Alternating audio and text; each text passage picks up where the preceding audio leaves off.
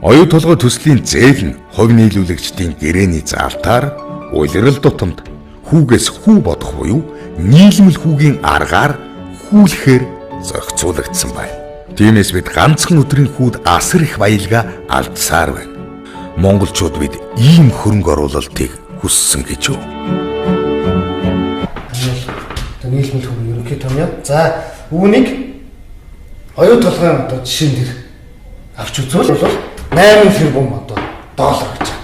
За үржих нь хаалтан дотор нэг дээр нэмэх нь за энэ одоо хүүгийн хэмжээ бол 6.5% дээр нэмэх нь лайбер гэж байна. M4 за энд бол 4 за Т жилийн дараа ийм болно. За энэ бол оюу толгойн зээл нийлмэл хүүгээр хэрхэн үсгэх